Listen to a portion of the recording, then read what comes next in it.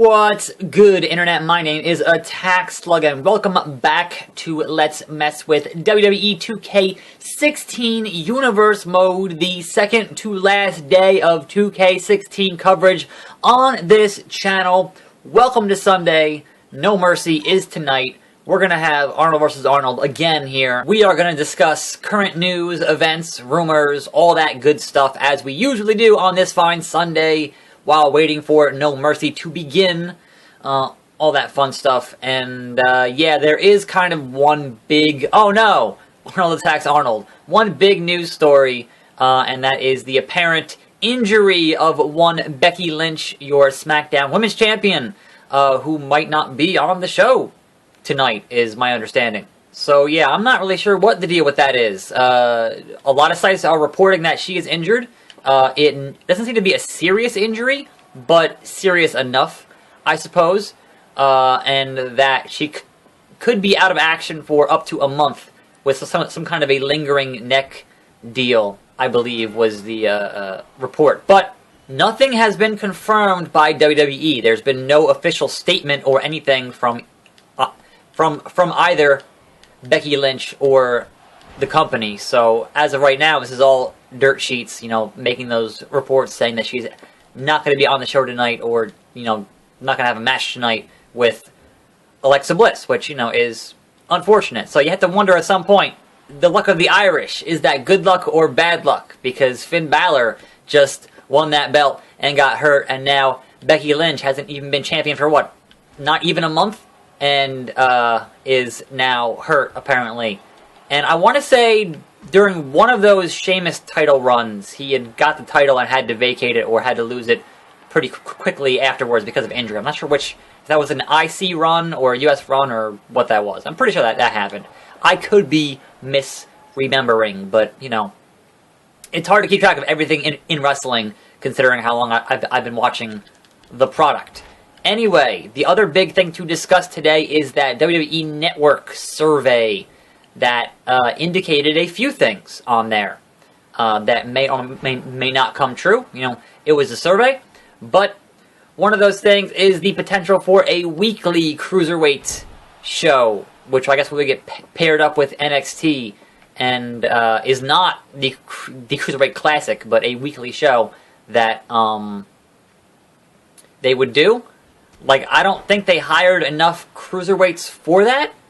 And granted, you know, you would still be taping it at Full Sail and whatever else. But, like, I'm not sure we need even more programming on that end. Like, the whole point of having them on Raw was because Raw is 3 hours, you know?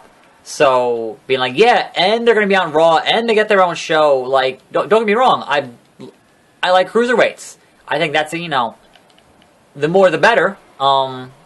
And that's fine, but do they really need another hour of their own programming on the network? Like, that seems weird to me. I don't know.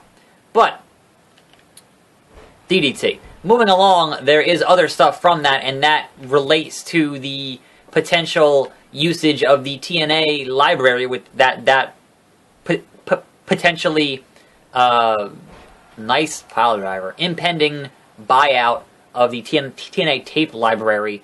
And that is a potential change in network pricing structure.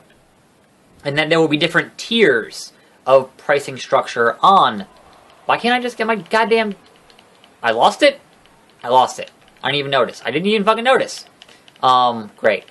Great. Different pricing structure. And that structure is as follows.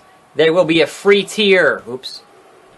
A free tier that will allow you to access when they play the shows in real time, like that real-time feed, but would not let you watch any of the pay-per-view products. So that's the free tier.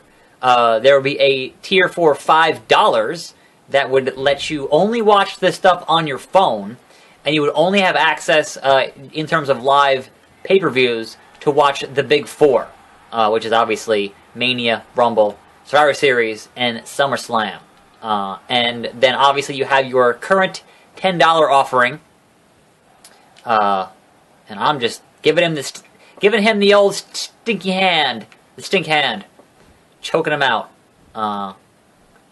But obviously, whoops, the news story here is the new $15 tier, which they are, was in this survey, and that's kind of where the bulk of where people are freaking the fuck out about is, and one of the things that could be in that tier is access to video content from TNA and Ring of Honor. Now, those were the examples that they gave in this survey. Now, obviously, if they get that tape library from TNA, that makes a lot of sense. I'm not sure why Ring of Honor would do that kind of a deal, but it's not unheard of. And then you think about, well, what about Evolve and Progress and all these other different independent promotions that they've done business with in the past could be included in that. But I think the other thing in there, besides the potential TNA tape library being part of a $15 a month package for your network, is that some of the perks in there, the different fan perks in there. And one of them was voting on Hall of Fame stuff. And this has been brought up in the past, the Hall of Fame voting. And I think if you include the audience in the voting, it's never going to be a good idea. Like, I can't envision any future where people just don't all vote for Benoit. Like, think about the person who is willing to pay an extra $5 a month, who is that hardcore of a wrestling fan. They're going to pay the extra money just to watch tape stuff from TNA and from Ring of Honor. That's the person who would think it would be hilarious to just massively vote for Benoit. So, here's the thing. They're never going to put him in the Hall of Fame.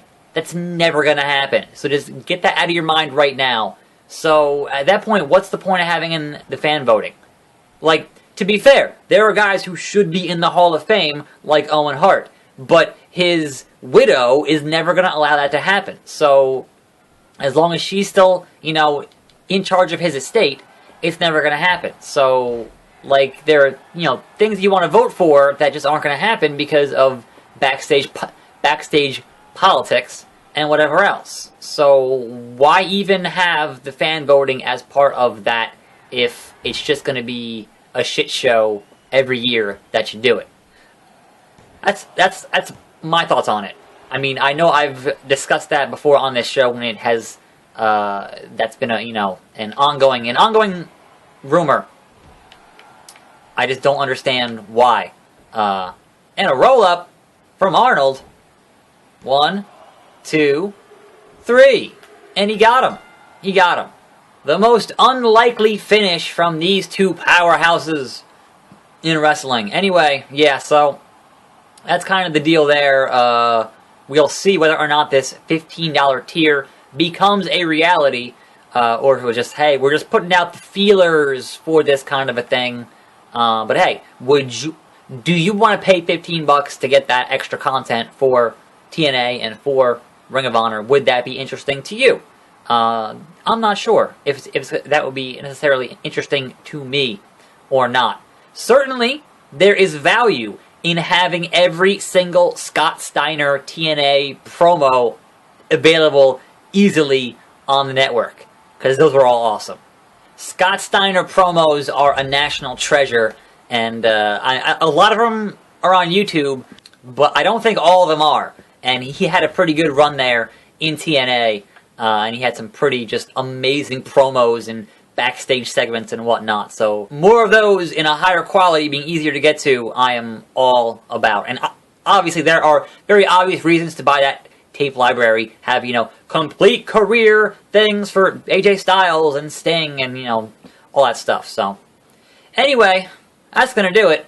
I'm Attackslug. We're going to hit Simulate here, and AJ beats Seth. We're going to hit Advance and see what we have for tomorrow to finish up our 2K16 Let's Mess With Universe Mode. Tomorrow's the last day, then Tuesday begins the onslaught of 2K17 coverage on this channel. Look forward to it. Thanks for watching. More videos every day. I'm attackslug, and I'll see you next time, right here on this channel. And I'm out.